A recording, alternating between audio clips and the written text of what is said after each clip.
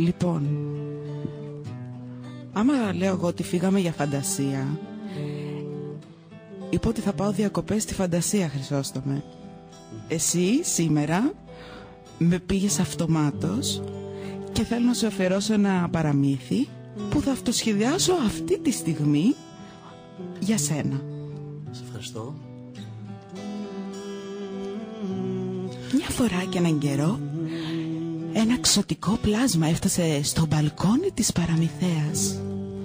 Με τη μελωδική του φωνή και την κιθάρα του άρχισε να τραγουδά και να ταξιδεύει τα πλάσματα του δάσους που είχαν μαζευτεί και αυτά κάτω από το μπαλκόνι σε τόπους μακρινούς και ονειρεμένους. Ο Χρυσόστομος, αυτό ήταν το όνομά του, αγαπούσε πολύ τη μουσική και η αγάπη του ήταν αρκετή για να κάνει τα πλάσματα του δάσους να θυμηθούν όμορφα συναισθήματα, την αγάπη, τη φιλία, το όνειρο, την ειρήνη.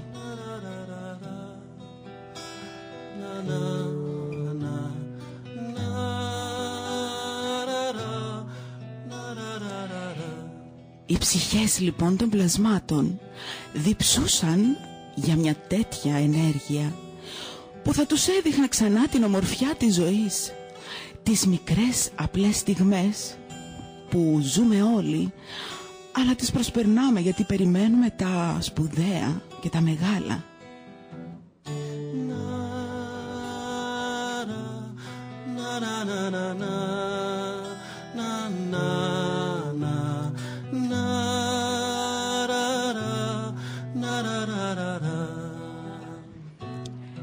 Η παραμυθέα λοιπόν εμπνεύστηκε από αυτό το ξωτικό που έφτασε στο μπαλκόνι της και ένιωσε μεγάλη χαρά και η ψυχή της φτερούγησε.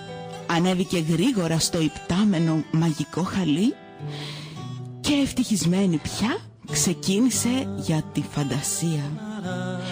Και έτσι ο Χρυσόστομος και τα άλλα πλάσματα του δάσους κατάλαβαν ότι μπορούσαν και εκείνοι να γίνουν ήρωες παραμυθιού με έναν απλό τρόπο, να είναι ο εαυτός τους και να είναι αληθινοί. Γεια σου Χρυσόστομε.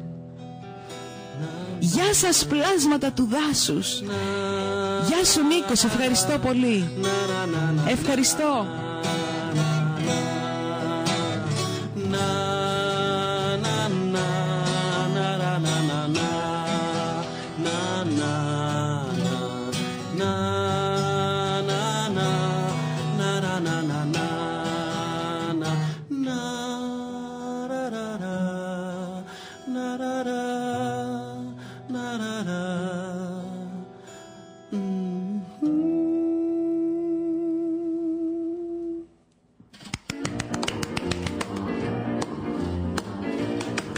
Χρυσόστομε, περίμενε. Αυτό τώρα. Εντάξει, ακούσαμε τη Γιώτα Τινάτσιου.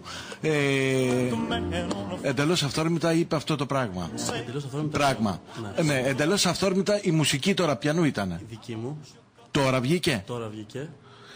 Λοιπόν, κάντε ένα διάλειμμα 10 λεπτά γιατί θα τρελαθώ.